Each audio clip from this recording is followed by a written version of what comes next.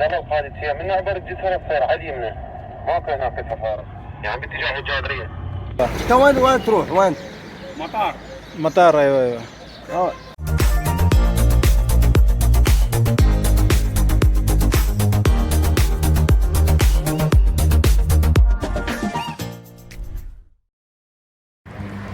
Hi friends, പുതിയൊരു വീഡിയോയിലേക്ക് എല്ലാവർക്കും സ്വാഗതം. ഞാൻ ഇപ്പോൾ ഇന്ത്യൻ എംബസിയിലേക്ക് പോവുകയാണ്. ഇന്നും കൂടെ ഉള്ളൂ ഞാൻ ബാഗ്ദാദിൽ. നാളെ ഞാൻ ഇറാൻ ലക്ഷ്യമാക്കിയിട്ട് ഇറാൻ ബോർഡറിലേക്ക് പോവും. ഇന്നും കൂടെയാണ് ഞാൻ ബാഗ്ദാദിലുള്ളത്. അപ്പം ഇന്ന് 2 എംബസി പോകാണ്ട്, ഇന്ത്യൻ എംബസി പോകാണ്ട്, അർമേനിയ എംബസി പോകാണ്ട്. ഇന്ന് കുറച്ച് റെസ്റ്റ് എടുത്തിട്ട്, ഇന്നലെയൊക്കെ ഫുൾ ഓട്ടത്തിലായി പോയി.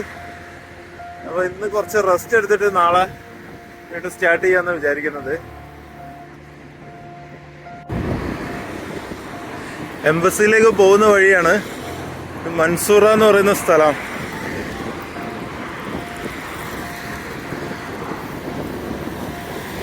ബഗ്ദാദിലൊരു പ്രധാനപ്പെട്ട സ്ഥലമാണ് മൻസൂറ.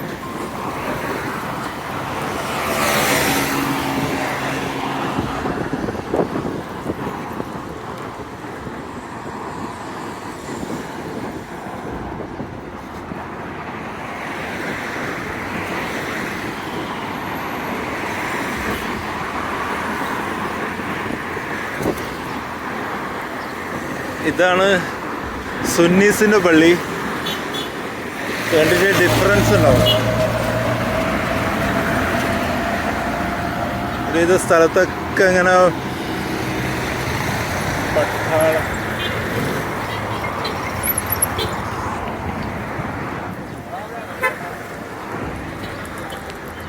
ഇതെന്താ സംഭവം? ഒരുവിധ സ്ഥലത്തൊക്കെ ഇങ്ങനെ മിലിറ്ററി നിൽക്കുന്നുണ്ടാവും. എല്ലായിടത്തും ക്യാമറ പറ്റില്ല. അതാണ് ഇടയ്ക്ക് ഞാൻ ക്യാമറ താഴ്ത്തിക്കളയുന്നത്. അവർ കണ്ടാൽ പിന്നെ ഫോണ് വാങ്ങി അതിലുള്ള ഡിലീറ്റ് ചെയ്ത് ഒരുപാട് ചൊറയാ.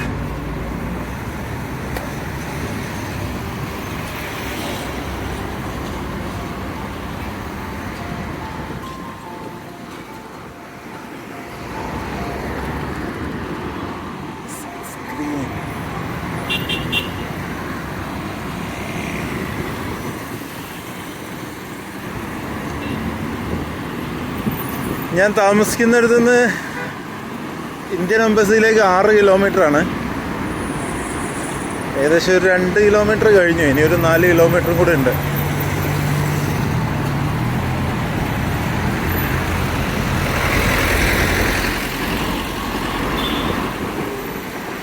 ഇവിടെ ഡ്രൈവിങ് നല്ലോണം ശ്രദ്ധിക്കണം, ഇല്ലെങ്കിൽ പണി കിട്ടും.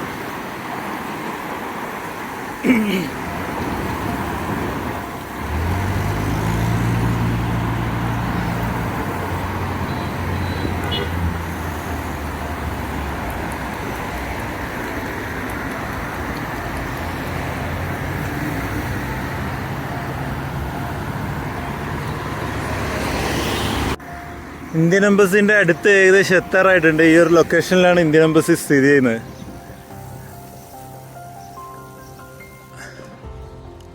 ഞാൻ കഴിഞ്ഞ ദിവസം വന്നിട്ട് ഇന്ത്യൻ എംബസി അടച്ചിട്ടായിരുന്നു. നെറ്റിൽ എന്താ പറയുക, ഓപ്പണാന്ന് കാണിച്ചു. പക്ഷേ ഇവിടെ വന്ന് നോക്കുമ്പോൾ ഒന്ന് ലീവാന്ന് പറഞ്ഞു. ഇവിടെ ഒരു ജാമിയ എന്ന് പറഞ്ഞാൽ എന്താണെങ്കിലും ജാമിയ എന്നാണ് കഴിഞ്ഞ ദിവസം പറഞ്ഞത്. ഒരു സംഭവം ഇങ്ങനെ ഉണ്ടാക്കിക്കൊണ്ടിരിക്കുകയായിരുന്നു. അത് പണി നിർത്തി വെച്ചാണ്. 10-30 കൊല്ലമായി പണി നിർത്തി. 10-20 കൊല്ലമായി. സദ്ദാമിൻ്റെ കാലത്ത് തുടങ്ങി വെച്ച സംഭവമാണ്. പിന്നെ അത് പണി നടന്നിട്ടില്ല. ഇപ്പം ചെറുങ്ങനെ നടക്കുന്നുണ്ടെന്ന് തോന്നുന്നു. ഭയങ്കര ബിൽഡിങ്ങാണ്. നല്ല അതിമനോഹരമായിട്ടുള്ളൊരു സൂപ്പർ കൺസ്ട്രക്ഷനാണ്. ഇതിൻ്റെ ഉള്ളിൽ കുറേ എന്താ പറയുക, ഹുബ്ബ എന്ന് പറയാ അതിന്. ഒരു വലിയൊരു കുബ്ബൻ്റെ ഉള്ളിൽ കുറേ കുബ്ബകൾ. രസമുണ്ട്. ഇതാണ് സംഭവം. കാണുന്നുണ്ടോ? പണി നടക്കുന്നുണ്ടെന്ന് തോന്നുന്നു. ഇപ്പൊ ക്രെയിന് കാണുന്നുണ്ടല്ലോ അതിന് മുന്നിൽ.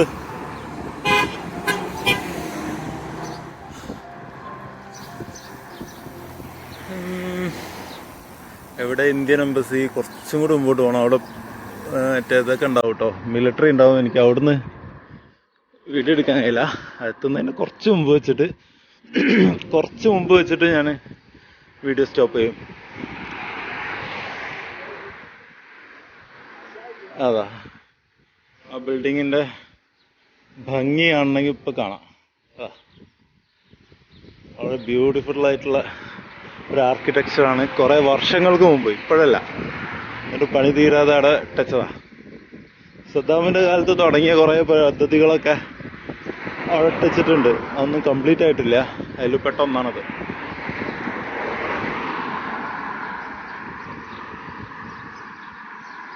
നമ്മൾ ഏകദേശം എത്താറായിട്ടുണ്ട്. ഒരു 500 മീറ്ററും കൂടി പോയാൽ ഇന്ത്യൻ എംബസി റൈറ്റ് സൈഡില്. സൈക്കിൾ അകത്തേക്ക് കയറ്റാൻ സമ്മതിക്കുമോന്ന് അറിയില്ല. പുറത്തിപ്പോ എവിടെ വെക്കുക?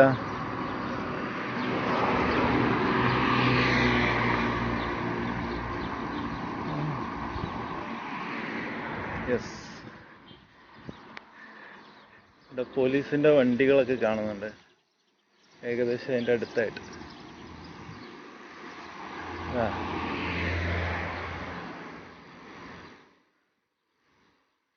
ഇതാണ് ഇവിടുത്തെ ബ്ലാക്ക് വണ്ടി. ഉണ്ടോ? പോലീസിന്റെ വണ്ടിയാണ്. പുറകിൽ 2 സീറ്റ് ഉണ്ട് ആളുകൾക്ക് ഇരിക്കാൻ, പോലീസുകാർക്ക് ഇരിക്കാൻ വേണ്ടിയിട്ട്. ഞാൻ ഇനി സ്റ്റോപ്പ് ചെയ്യാണ് പട്ടാൾക്കാർ.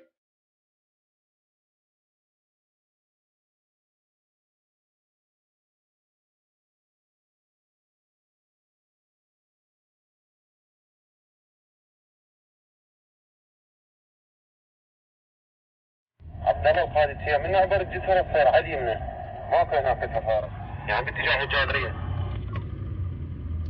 قرب مجمع القادسية السكني.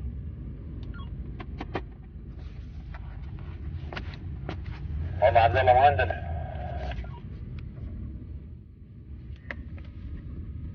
هذا تقدر تحصل لنا نقطة دالة.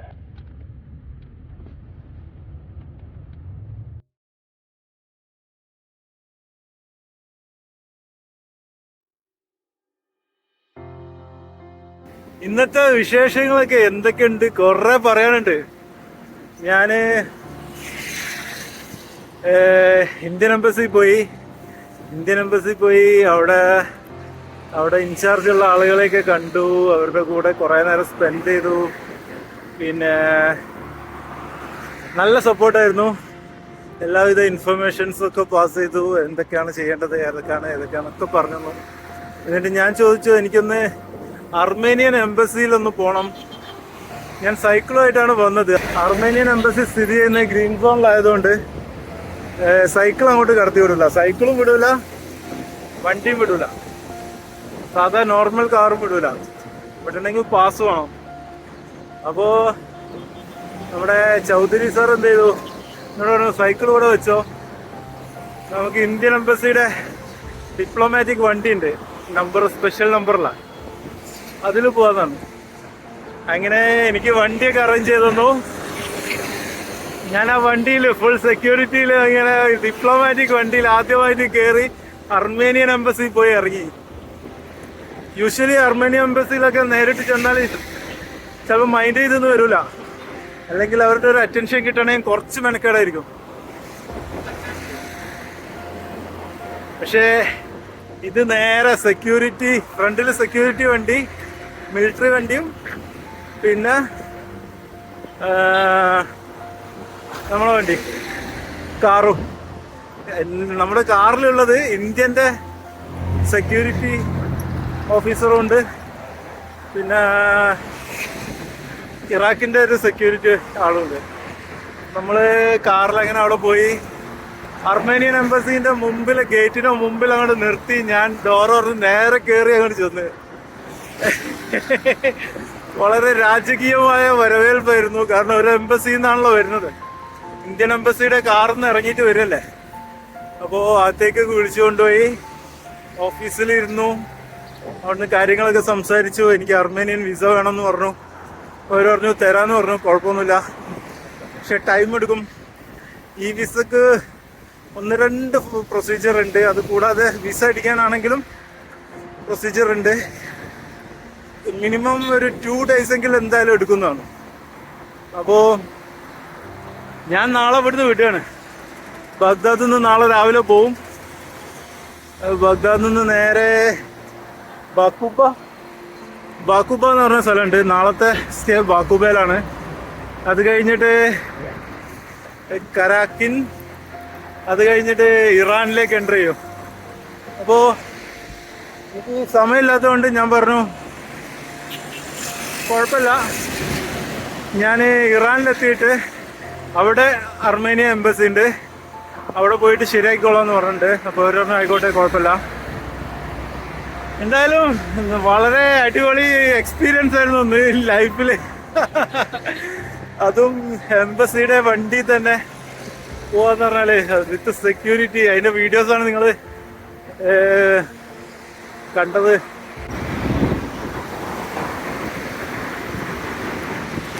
ഇത് സുന്നീസിന്റെ പള്ളിയാണ്. അതിന് ഈ ഡിസൈൻ ഉണ്ടാവും കേട്ടോ.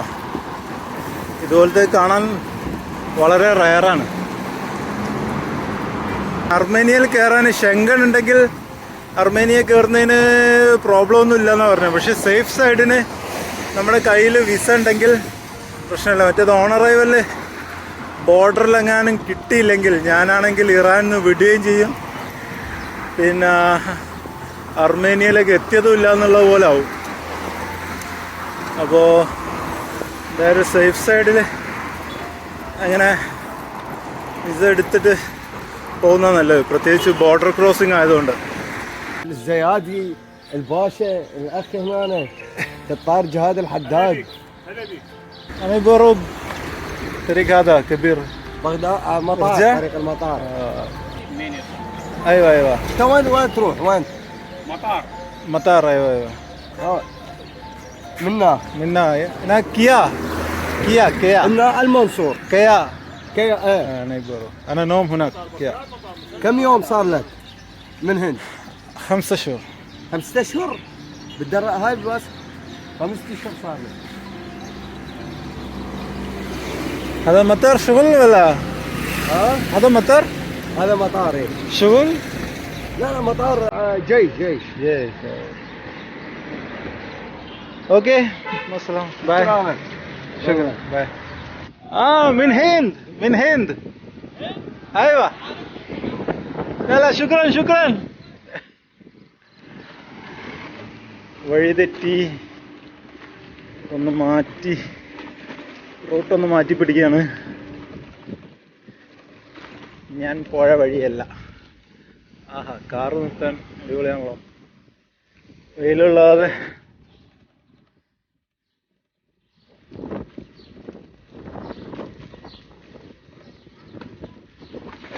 റോഡൊക്കെ മോശമാണ്, ഇതിലൂടെ വരണ്ടില്ലായിരുന്നു. ഇത് മത്താറാണ്. മത്താർ എന്ന് പറഞ്ഞാല് എയർപോർട്ടിന്റെ മതിലാണ്. ഇത്രയും വലിയ മതില്, പക്ഷെ മിലിറ്ററി എയർപോർട്ടാണ്, പാസഞ്ചർ എയർപോർട്ടല്ല. സദ്ദാമിന്റെ കാലത്ത് ഉണ്ടാക്കിയാണ്, ഇപ്പം മിലിറ്ററിയാണ്.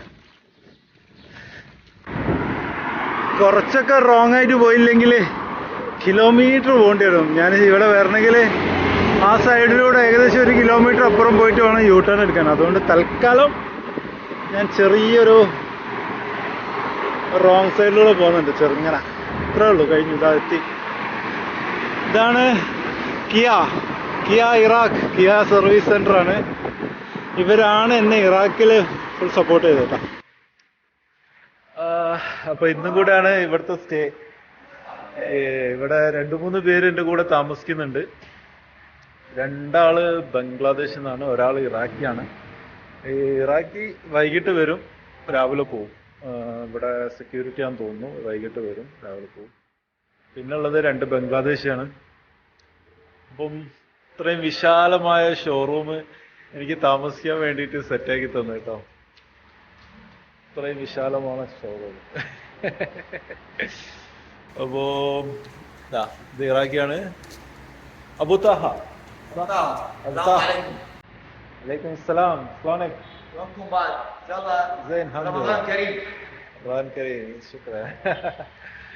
അപ്പോ അടിപൊളി സ്റ്റേ ആയിരുന്നു. 4-5 ദിവസമായി അടിച്ചു പോയാണ് ഇവിടെ. സ്റ്റേ ഒന്നും ഒരു വിഷയമല്ല. എനിക്കായിട്ട് ഇവിടെ സ്പെഷ്യൽ റൂം അതാ ഈ വിൻഡോ കാണുന്നില്ലേ, ഇത് എനിക്കായിട്ട് റൂം ഇവിടെ സെറ്റാക്കി തന്നാണ്. ബെഡുണ്ട്, എല്ലാം ഉണ്ട്, അടിപൊളി. നമ്മൾ നോമ്പ് തുറക്കാൻ ഏകദേശം സമയമായിട്ടുണ്ട്. 5:45 കഴിഞ്ഞു, 6 മണിയാവാനായി. ഇവിടെ 6:40 അപ്പം ഇവിടെ ഫുഡ് ഉണ്ടായിക്കൊണ്ടിരിക്കുന്നുണ്ട്. നമുക്ക് പോയി നോക്കിയാലോ. നമ്മളെ ബംഗ്ലാദേശികളുടെ ഫുഡ് ഉണ്ട്. നോമ്പ് തുറക്കുമ്പോൾ ഒരു സ്പെഷ്യൽ എരിവുള്ള പൊരിയില്ലേ, എന്താ പറയാ, പൊരിക്ക് എന്താ പറയാ, കോഴിക്കോട് ആ ഭാഗത്തേക്കൊക്കെ പൊരി എന്നാ പറയാ, വൈറ്റ് കളറിലൊരു സാധനം. അപ്പോൾ അതിട്ടിട്ട് കുഴച്ചിട്ടുള്ളൊരു പിടുത്തം പിടിക്കാനുണ്ട്. എണ്ണയും കടലയും പിന്നെ ഉള്ളി, മുളക്, അങ്ങനെ ഒരുപാട് സാധനങ്ങൾ ഇട്ടിട്ട് നല്ലൊരു പിടുത്തം പിടിച്ചു കഴിഞ്ഞാൽ ആ ഒരു പൊരിയിൽ കുഴച്ചിട്ടേ അടിപൊളി സാധനം. അപ്പോൾ നമുക്കത് ഉണ്ടാക്കുന്ന ഒന്ന് പോയി നോക്കാം. നമ്മുടെ കിച്ചൺ ഇതിൻ്റെ മുകളിലാണ്. അപ്പോൾ നമുക്ക് അവിടേക്ക് പോവാം. ഇവിടുത്തെ ടൈം കഴിഞ്ഞുകൊണ്ടാണ്. ഇവിടെ വേറെ വണ്ടികളൊന്നുമില്ല. ആരോ വന്ന് ഡോർ യെസ് കമ്മിങ്.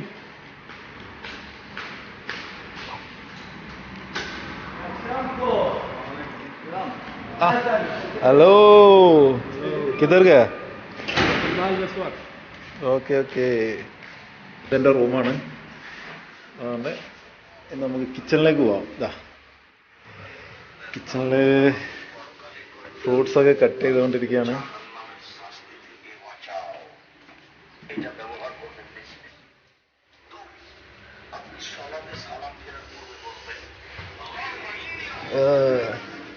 ഓപ്പൺ കരു. ഞാൻ പറഞ്ഞില്ലേ, ഈ സാധനം ഇനി ആ പൊരിയിലിട്ടിട്ട് മിക്സ് ചെയ്തിട്ട് നാം ക്യാ? സോല. ഇവിടെ വെള്ളത്തിന് ഇതുപോലത്തെ കുറെ പെട്ടികൾ ഇങ്ങനെ വാങ്ങി വെക്കണം. ആവശ്യമുള്ളപ്പോൾ ഓരോന്ന് എടുത്ത് കുടിക്കാം. നോമ്പ് പറഞ്ഞോണ്ടിരിക്കാണ്.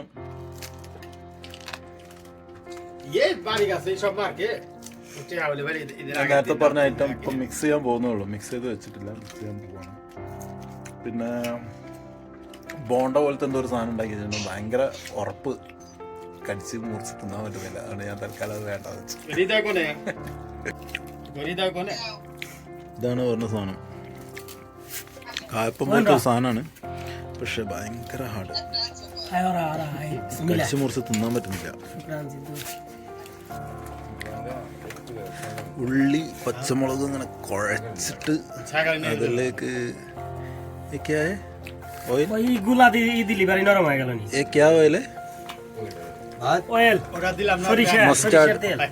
Mustard oil.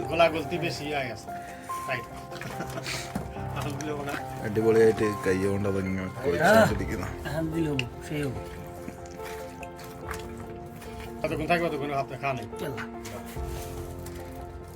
ഇതാണ് ഞാൻ പറഞ്ഞ പൊരി. ഇതിനെന്താ നിങ്ങളെ നാട്ടിൽ പറയാന്നൊന്ന് കമന്റ് ചെയ്യണേ. ഈ കുഴക്കുന്ന കണ്ടാ ചിലപ്പോ കഴിക്കാൻ ചാൻസ് ഇല്ല.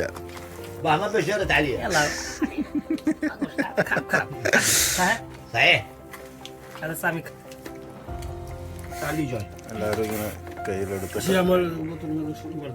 അപ്പോൾ ഫ്രണ്ട്സ്, ഇന്നത്തെ വീഡിയോ ഇവിടെ വൈൻഡപ്പ് ചെയ്യാണ്. നിങ്ങൾക്ക് എല്ലാവർക്കും വീഡിയോ ഇഷ്ടപ്പെട്ടിട്ടുണ്ടാവുമെന്ന് വിചാരിക്കുന്നു. നിങ്ങളുടെ വിലയേറിയ അഭിപ്രായങ്ങൾ, സജഷൻസ് ഒക്കെ ഒന്ന് കമൻ്റായിട്ട് രേഖപ്പെടുത്തുക.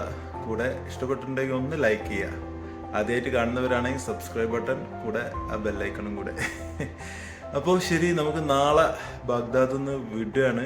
അപ്പോൾ ബാഗ്ദാദിൽ നിന്ന് പോകുന്ന വിശേഷങ്ങളും ഓൺ ദ വേ ഇറാൻ ബോർഡറിലേക്ക് 3 ദിവസത്തെ യാത്രയാണ്.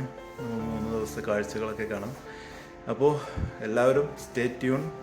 നമുക്ക് അടുത്ത വീഡിയോയിൽ കാണുന്നവരെ ബൈ.